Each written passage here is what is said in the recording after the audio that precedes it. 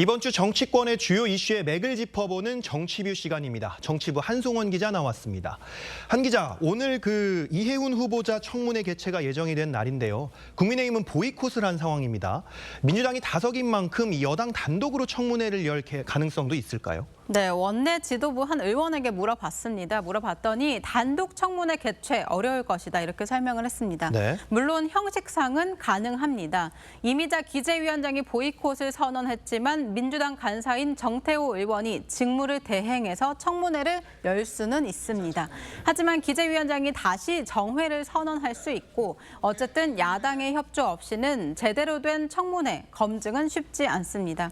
게다가 당 안팎 여론도 이 후보자에게 우호적이지 않다 보니까 여권에서도 곤혹스러운 상황으로 보입니다.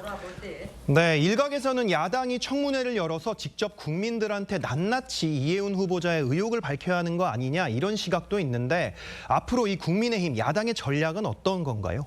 네, 지금은 자료가 없기 때문에 검증이 불가능하다는 겁니다. 네. 부동산이나 비상장 주식 등 재산 관련 의혹, 그리고 자녀 관련 증여세 문제 등 각종 추가 자료를 1000건 넘게 요청했다고 하는데요. 실제 제출한 것 10% 안팎이라고 합니다.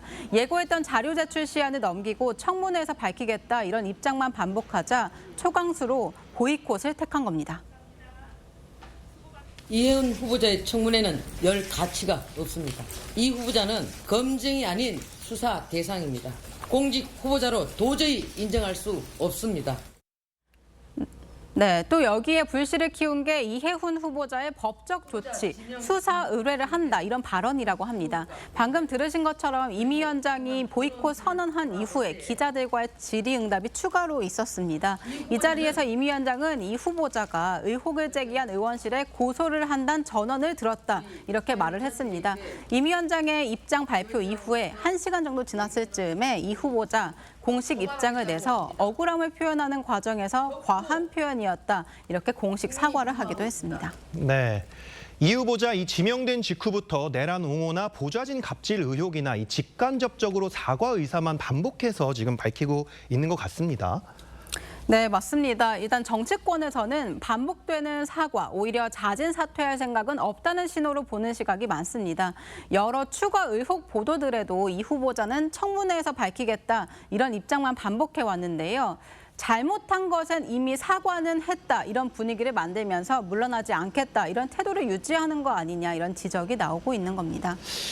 그렇다면 이재명 대통령이 임명을 강행할 가능성이 좀 큰가요? 어떻습니까? 어제도 청문회 통해 국민 눈높이에 맞는 해명을 지켜보자 이렇게 원론적 입장 유지하고 있습니다. 네. 아직 입장 변화가 없다는 건데요. 아무래도 기획예산처 장관 자리가 예산이나 재정 문제로 비판을 받는 자리다 보니까 정치적 부담을 떠안는 역할로 쓰려는 거 아니냐 이런 지적이 나오고 있습니다.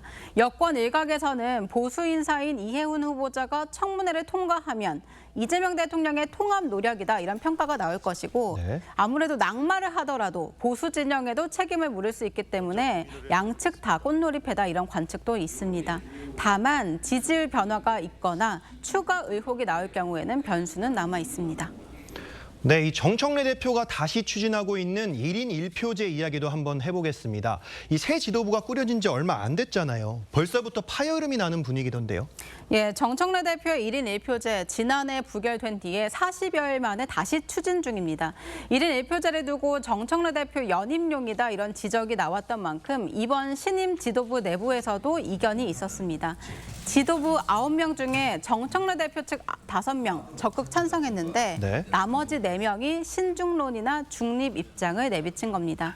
당원들 지지가 큰 정 대표가 1인 1표제를 통해서 연임을 노려서 2028년 총선에서 공천권을 행사하고 당을 장악하려는 거 아니냐 이런 의도가 있는 건데요. 이런 분위기가 흘러나가자 지도부 반대파를 향해서 해당 행위까지 언급하면서 공개 경고에 나서기도 했습니다. 연임의 연자는커녕 이응자마저도 들어본 적이 없다. 조금 더 가면 이것이 해당 행위라고 비난받아도 할 말이 없는 상황이 올지도 모르겠습니다. 앞으로 이런 분위기가 고조될지 한번 잘 살펴봐야겠군요. 마지막으로 이번 주 주요 일정 한번 짚어주시겠습니까? 네, 지금까지 살펴본 것처럼 실제로 이해훈 후보자의 인사청문회 오늘 열릴지가 최대 관심사입니다. 오늘 저녁에 이재명 대통령과 여당 지도부 만찬이 있거든요. 여기서 이해훈 후보자의 이 거취 논의가 있을 것으로 보입니다. 그리고 내일 화요일에는 중수청법 공청회가 있습니다. 정부가 입법을 예고한 이후에 당내 반발이 계속되고 있는 만큼 내일 공청회가 분수령이 될 것으로 보입니다. 네. 그리고 수요일에는 이재명 대통령 신년 기자회견이 있고요. 목요일부터 토요일까지는 정청래 대표의 1인 1표제 다시 재추진되는데요. 이때 당원 조사를 통해서 여론을 다시 한번 살펴본다고 합니다. 그리고 국민의힘 상황도 좀 보겠습니다.